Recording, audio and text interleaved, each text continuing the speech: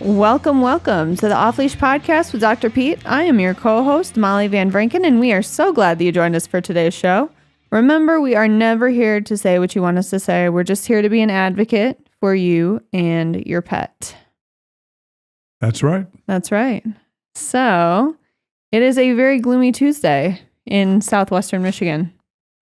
And we're not. We're not gloomy? No. We are above ground, which is the right place to be. Today we are, yep. I see you got shalachkis. I did. How was that? I just had a bowl of tortilla soup. Soup? I've never had their tortilla soup. Yep, and then chicken tortilla, and then I had a little iced tea. Iced tea. I had Chick-fil-A. Can never go wrong with Chick-fil-A. You probably made the right choice. Yeah. I like shalachkis, though. It's pretty good. So, speaking of shalachkis, I have worked at your clinic back when I was 16 through probably, 17, 18? I can't remember. Something probably like that, right, yep. For years. But I remember when I worked for you, you would go out to shalachkis every day, almost every day. How long have you gone out to shalachkis for? Oh, I don't know. Maybe 20 years. Long time. That's a long time. But yeah, in fact, probably like 25 years. Because I remember placing an order for something I bought in 2000 that I still have, and I thought about it. I placed that order from sitting in their parking lot, so at least 25 years. Oh my goodness! I did Blimpies before that for a while. Blimpies? When it was out by the mall. Yep. But now shalachkis is the main go-to. Yep. Yeah. So I always remembered when we would go into lunch at shalachkis that clients would come up to you and tell you, "Oh, do you remember this story? Do you remember this story when you were practicing?" And or you still are, but do you remember? And they would always be super funny, ridiculous stories. Yeah, I guess. I mean, I have to tell you this. Sometimes people are anxious when they go in there and they're worried about, especially if they have an aggressive dog. They're like, "Oh, do you remember my dog?" They do. Like, that's what they always said. Which one was your dog? And it's like, it was the 117-pound Rottweiler named Dookie Boy. And I'm like, and I look at my hands and I go, if he didn't bite one of my fingers off, I'd probably remember him. He didn't bite my fingers off because I got all 10 of them right here. I'm looking at them. And I said, so I just don't remember that. And they're extremely anxious about it. And they think somehow or another, 18 months ago, I would recall that a dog, growled at me when I walked in the room. Well, that happens all the time. Yeah. Yeah. In fact, what we do a lot of times to avoid that is I'll come in and sit down and talk to the client and ignore the dog for a while. And then the dog's like, well, this guy doesn't even know what the hell he's doing. So then if they're kind of aggressive, sometimes we take them out of the room and take them in back. Yeah. Yeah. But we've had a number of unusual things happen, and I guess that's what we're going to talk about today. Do share. Share. What happens in a veterinary clinic that can be humorous. I guess you got to be there. One thing that probably comes to mind is my original partner, Dr. Gary Ellis, had a little dog he was taking care of in the back, and the owner came back in, and she was waiting for her dog to come up, and so she was a young woman and reasonably attractive, and so instead of having somebody else bring the dog up, he brought the dog up, bless his soul, and he handed it to her, and this is back in the day of tank tops. And, tube tops, you mean? Yeah, tube tops, yeah. Tube tops, that's right. And this dog took his front feet and just pulled the tube top completely down. And oh my God. And did she say anything? No, she handed him the dog back so that she could pull her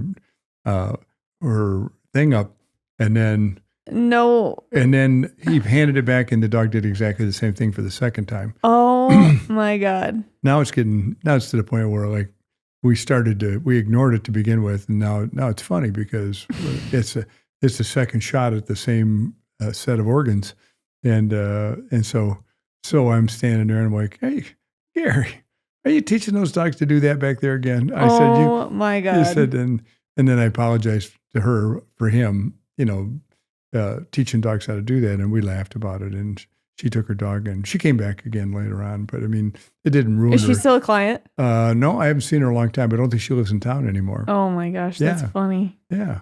That's awful. Yep, and I can remember this to this day because her initials were PC. And that's not politically correct what was going on, but that's what her initials were. So that sort of stuff has happened before. And we've had some of that sort of stuff go on with the clad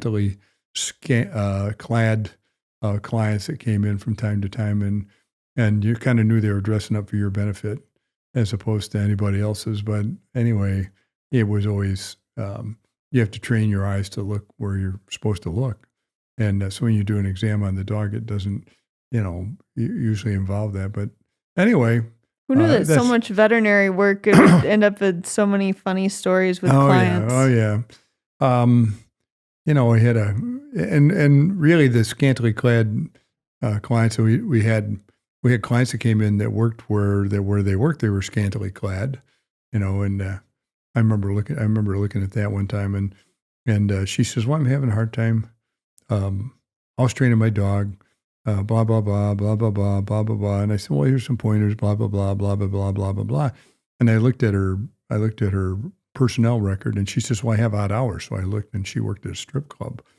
And she says, well, you probably don't think, she saw me look at it, so she knew what I was looking at. And I just looked up, and I didn't smile or anything. And she says, well, you probably don't approve of what I do for a living. I said, well, ma'am, whatever you do to provide for your family, that's your business. That's none of my business. And hell yeah, we had kind of a yuck about it, and I said, "Are you gonna?" I said, "I assume with the business you're in, you might be paying in cash today." She says, "You're exactly right." And I said, well, "Let's play a little game." I said, "Let's. Why don't you pay me with the cash? Why don't you look at the serial numbers on the money you're giving me and see if you can remember them, and then see how long it takes to get back to you. How long it takes for those bills to get back in your possession again." And I was just kidding her and stuff. And after that, every time when she came in, she always wanted to see me because she knew I wouldn't judge her. Yeah. And I don't think you judge a lot of people. No. And I couldn't I could figure out what was wrong with her dog. And so, what kind of dog was it? I don't remember. A mixed breed dog. You don't even remember? No, I don't remember. I just remember that she was a stripper. And sometimes she came in with her kids and stuff. And so, but the time that we're talking about, she didn't have her children with her that day. And she was very nice. And when she came in, I always enjoyed chit-chatting with her. And it isn't like I mentally undressed her every time I saw her come in. I just thought, well, she does what she does. Yeah. And we've had some of those things where, and the scantily clad stuff that's on purpose. But a lot of stuff isn't on purpose. Weren't you getting a lot of clients before that were asking you out on dates? Occasionally, that would happen. Yeah. How would that happen? At the end of the appointment, usually there was some conversation about that. Do you date clients or whatever? It's like, not if I can help it.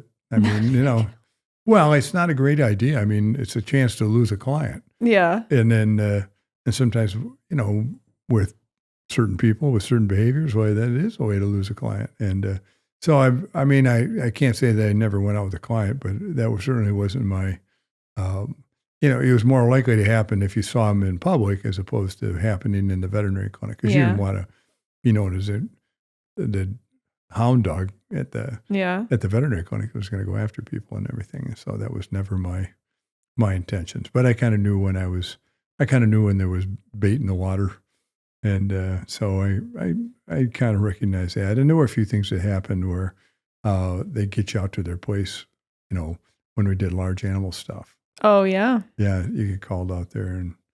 And the one time I was dating your mother, I don't know if I should tell this story. Yeah, I've heard this story. I was dating your mother, and we were sitting around, one evening at 10 o'clock, and the phone rings, and it's, "Oh, wait, I got a horse that's colicky. Can you come out and look at it?" So I did. Went out there, and I told your mother, Sharon, "Here's a pail. See if they'll put warm water in it while I get my coveralls on and stuff." Well, I walked in there, and there was Sharon glaring at me, and I looked over, and there was some bales with with a table and some wine glasses and wine, and there might even been candles and stuff. I don't remember. It was uncomfortable as hell. And anyway, so I got in there, and I said, "Well," she says, "My horse feels a lot better right now." I said, "Yeah, I'll bet it does." And so Sharon and I... That was an awkward car ride home. Yeah, it was awkward. How many times that happened? Does that happen all the time?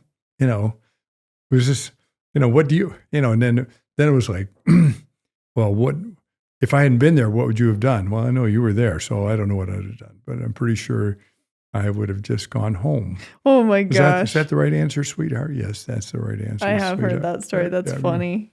Yep. But All right. I don't know. We've had lots of things happen. Funny stories at the veterinary clinic. I had a client come in one time with a big Doberman, and it was a black gentleman. He came in and he walked with a bad limp, but he always had a cigar in his mouth, and he was walking with a cane and everything. And his dog's name was Hitler. No, So- it was not. Yeah, it was. And he said, so He named his dog. so this second visit, he came in. We're friendly with each other anyway. So I'm like, well, dude, I got to ask you. I said, how do all your Jewish friends feel about your dog named Hitler? And he proceeded to tell me he really didn't have any Jewish friends, so it was not too much of a concern for him. His friends didn't think it was a bad name. So we let it go at that. So and I took good care of Hitler. I mean, it treated just like I would have treated any other dog. Treated your own He's a dogs. nice dog. Nice dog. It's Doberman Pinscher. That's Big funny. dog. Nice dog. Anyway, so you go along a couple of years, and I was working down there one day, and we had only one person on the front desk, on receptionist, and there were these two young kids that came in, and they said, we have a question for the veterinarian. So she walked back there to get me, and came back up, and they weren't there. They'd left, and she didn't think much about it. She said, well, I guess they're gone. Not here. I'm like, okay.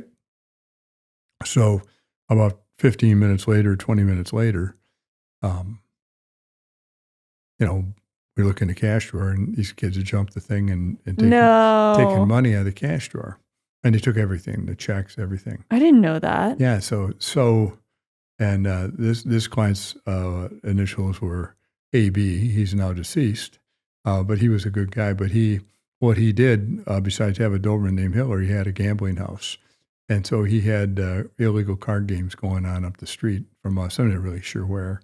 Anyway, I'm getting ready to call the police and everything, and this guy calls on the phone, this AB guy, and he says, hey, are you missing some money down there? I said, yeah, I am missing some money. What do you know about that? And he says, well, these two young kids took your money at the cash drawer. And I said, you don't say. And so he says they came up here and they got involved in this card game, and they'd each lost about $50 at this point. And he said, where'd you get the money? And they said, we stole it from the veterinarian up the street. Well, AB was, I was Hitler's Veterinarian? Yeah. So That's crazy. So I was Hitler's veterinarian. So he says, well, don't call the cops. He says, see if we can't just take care of this on the side. So he says, I know these kids, and I know their parents, and I know their grandparents. I said, so we'll do this. I'll bring all your money back. I'll bring all your checks back. You'll get everything you had back, except they've each lost $50 to the gamblers down here. Mm-hmm. And she says, so we'll get the one grandparent to pay $50 to you, and the other grandparent to pay $50 to you today, and we'll clean this all up. And he says, I'll see to it they never bother you again. And they came back down, and we got all our money back. And AB kept coming down there as a client until he passed. I think he's probably been dead for 30 years or better. Oh my But goodness. nice guy, and Yeah. a lot of fun to talk to. In fact, every time he walked in, he'd look at me and smile, and I'd look at him and smile. So we had kind of this fun relationship. I thought he was piss poor at naming his dogs, but other than that, he was a good guy. And I think he was probably kind of naive about the whole thing. Yeah. Or maybe he wasn't. I don't know. But anyway, so we had that happen. That's wild. Yeah. And so you have various things happen to you in the course of practice, and geez, I think we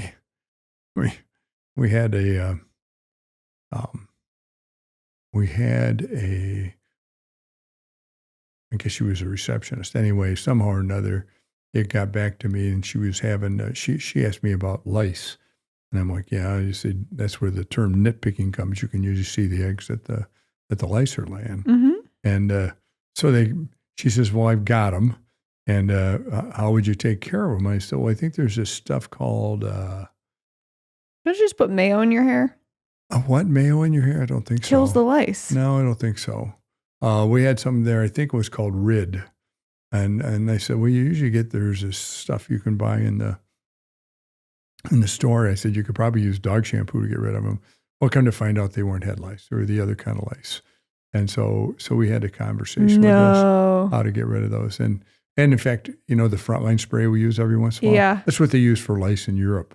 So we didn't have that at the time, but you could have used any spray that had a permethrin in it and then sort of shampooed everything up and got rid of it. But anyway, so we have these sort of conversations. They get comfortable with you understanding what you do for a living and understand how to get rid of lice.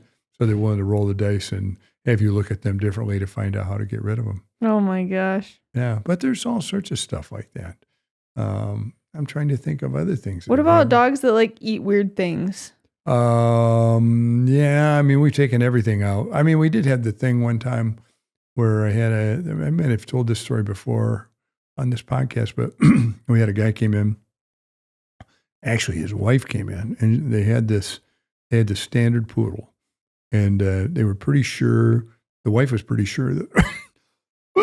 Excuse me. The wife was pretty sure that the dog had eaten something around the house, and it was unable to. It was vomiting, unable to eat and keep anything down. So we took an X-ray, and I said, I'm not positive, but if I had to guess, I'd say there's something in the stomach here, and here's where I'm seeing it. And lo and behold, this woman, her husband was a doctor, and he was a radiologist. So before we did anything in the way of doing a laparotomy and looking inside that dog, well, then he says, well, I want to come down and look at the X-rays. So he came down and looked at the X-rays, and he says, well, I think that's rugae in the stomach. That's the lining of the stomach and stuff. He said, I think it's the rugae. And I'm like, okay, so your take on this would be we probably wouldn't do a laparotomy, see what's going on. And he said, no, we'll just bring the dog home and see if we can't get him. I think we put him on antibiotics and something like that. Anyway, so we brought him back home. I'm pretty sure he didn't have pancreatitis or anything. But my mind's eye probably had a foreign body, but the radiologist didn't want to do that. So 2 days later, we opened the dog up because he's still vomiting. So I took a pair of women's underwear out. And this is back in the day when there wasn't the small stuff like they have now, like we used to call them granny panties and stuff like that. I said, well, took these granny panties out. So thongs weren't a thing back then? So we sew the stomach up and then sew the dog up and we get all done. And of course, we put the panties in a pail of warm water and kind of get them rinsed out and everything. Because sometimes then we'll put them in a plastic bag because clients sometimes want to know, see if they recognize what was there. So I called the radiologist. I said, hey, dude, I got good news and I got bad news.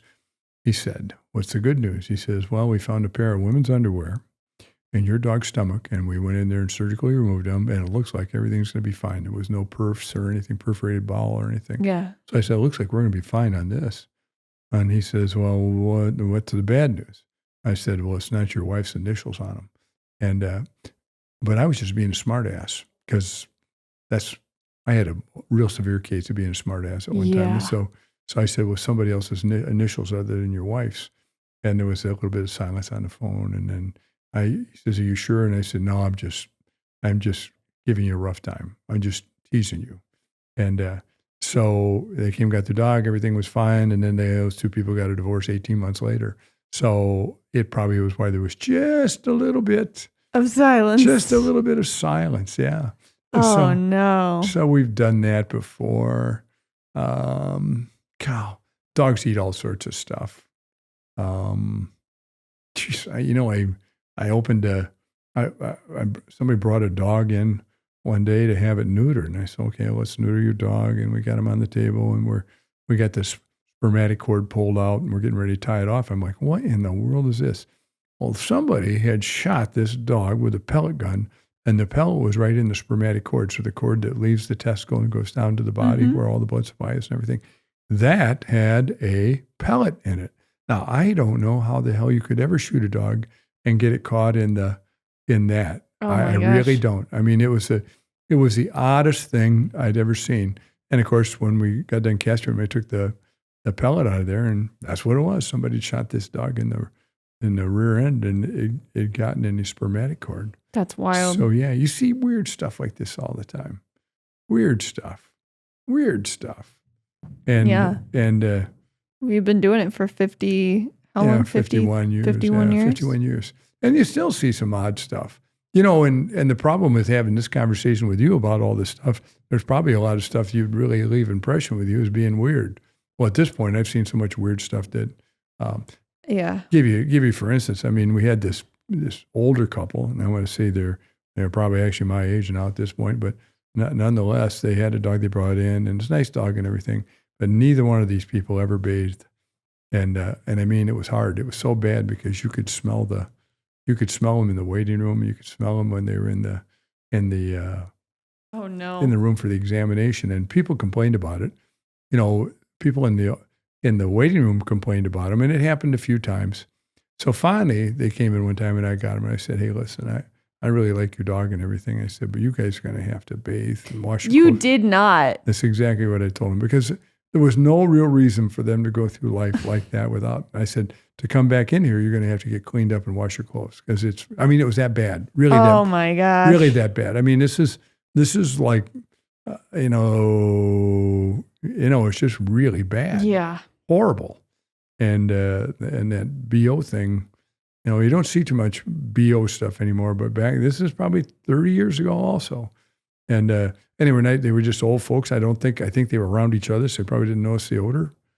But, that's disgusting. Yep. We also see some people that have 30 and 40 cats, and when they come in, no, you can't report them. We don't. It's because we don't really know that they got 30 or 40 cats, but for their clothes to smell like that, they got to have a lot of cats. Ew. A lot of cats. Are you allowed to report like animal abuse? Animal fightings and those sorts of things. Yeah. I gotcha. Yeah, but let's see. We had a dog one time a cat one time that a woman got as a stray cat, and every time it ate, it vomited. So we x-rayed it, and it said it was something in his stomach. And this cat had eaten so much.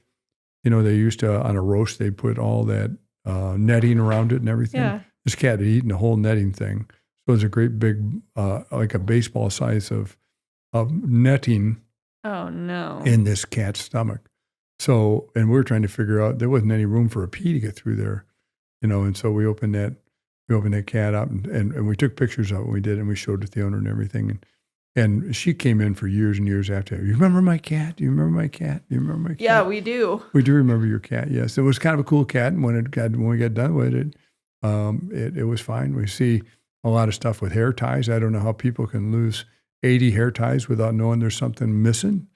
And but what they do, dogs get to where the product's in there, the hair product, and they get infatuated with the hair product, and then they'll eat those. Mm-hmm. And those are a real problem. It's amazing how many they can eat and still live, but they do. That's wild. Yeah. What else goes on? I felt like I saw a lot of weird stuff when I worked there. You mean, for instance? Like just people coming in with weird stories. Yeah, I think the thing the weird stories aren't weird. If you hear them every week, they're not weird anymore. Yeah, I think it was just because I wasn't used to it, and they would come in and like give this whole elaborate story on something that their dog did to get to this point that has nothing to do with why the dog's feeling this way. And I think the other thing that we saw commonly when I worked there was a lot of dogs that ate pot brownies. That's a big deal. I mean, it's not a big deal. Well, I mean, like the dog would come in and just be like, well, they don't. And people don't get out it. Of its mind. They eat a brownie. The dog eats a brownie, and they weigh 150 pounds. And the dog weighs 20 pounds. Okay, can you see where see where we got a problem here? Oh yeah. And we see that with aspirin every once in a while. People giving aspirin. But my little Chihuahua hurt his back, so we gave him an aspirin. Yeah. Baby aspirin? No, like a regular aspirin, because his back really hurt. And they get a gastric ulcer and they're perf and bleed to death and stuff. And I think I remember the one dog that came in, it was a Rottweiler, but I think that the guy was like, he ate a whole tray of brownies. And I can't remember who the doctor was, but they kept trying to specify. I know you weren't the doctor, it was someone else, but they were trying to specify how many brownies. The guy's like, I don't know. And he was like, I need to know exactly how many. And he was like, 20. We don't know that there's an LD50 for brownies. LD50 stands for the amount of drug you can take. before 50% of the patients die. Lethal dose. Can dogs die from marijuana? No, they don't generally do that. I mean, but they can be pretty out there, and now they're not drinking. So lots of times you put them on IV fluids or sub-Q That's fluids. what they did. Yeah, they put them on IVs and said, we're going to keep them overnight, monitor. Yeah, well, just keep the metabolism going so that they get, if they sit there and don't eat, and they urinate, and they get dehydrated and stuff. And then you kind of got this vicious cycle that everything's starting to go down and everything. Mm-hmm. So, yeah. Those were just always funny. Yeah. Yeah, that and dogs eating paper. There's a lot of like dogs eating paper cases. And the guy was like talking about how he had like the shredder in his house or something like that. And the dog would go in and eat the shredded paper. And he said he came home and it was empty or something. I don't know. Just funny, weird. I was like, these are such weird stories. Well, we had one time somebody, apparently it was waste day. In other words, garbage day. Yeah. And these people dumped a bunch of, people dumped a bunch of pornographic stuff in our dumpster. In yours? Yeah, in our dumpster. So whoever took the trash out says, "Well, look at this. Somebody just dumped all this stuff in." Yeah.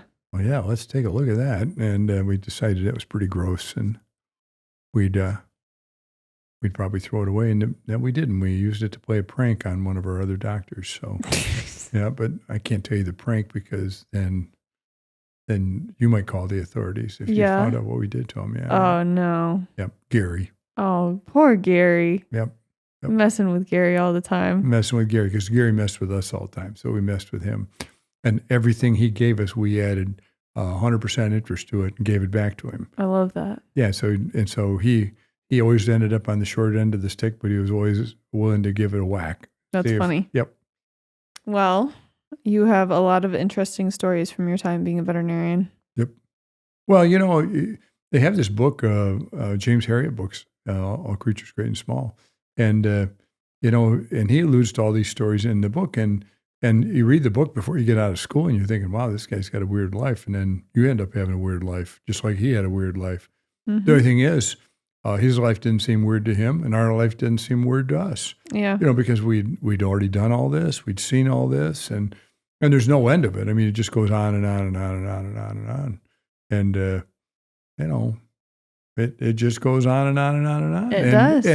And to that extent, that's what kind of makes it fun because no day is exactly like the last day. Well, that's good. And I think a lot of people go to work where every day was like the last day, but not for us.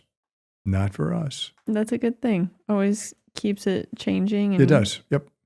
Well, is there anything else you want to hit on before we wrap this up? No, I think we're pretty good. I think if something happens, if a lot of things happen next week, we can do this all over again, but I don't think we're going to say that many things because quite frankly, there's a lot of weird stuff that happens that just doesn't come up on our radar as being weird because we've seen it for the 9th or 10th time. That's fair enough. Yep. Well. So it's, and if anybody out there has children or relatives that want to become veterinarians, I would not discourage them. I mean, it's a great profession. Yeah. And the profession will end up being whatever you want it to be. Mm-hmm. Yeah, but you got to put the effort in and you're going to have to, you just have to put the effort in. That's right. We need more good veterinarians out there. Yep. All right, let's get some outro music going. Yep. We sure appreciate you guys listening along with us today, and we hope that we've been able to share some funny information that will help you love your animals as much as they love you. Don't forget, always treat the treatable, prevent the preventable, and we will catch you on the next one. And don't forget to check the dumpster to see what's in it. So that's right.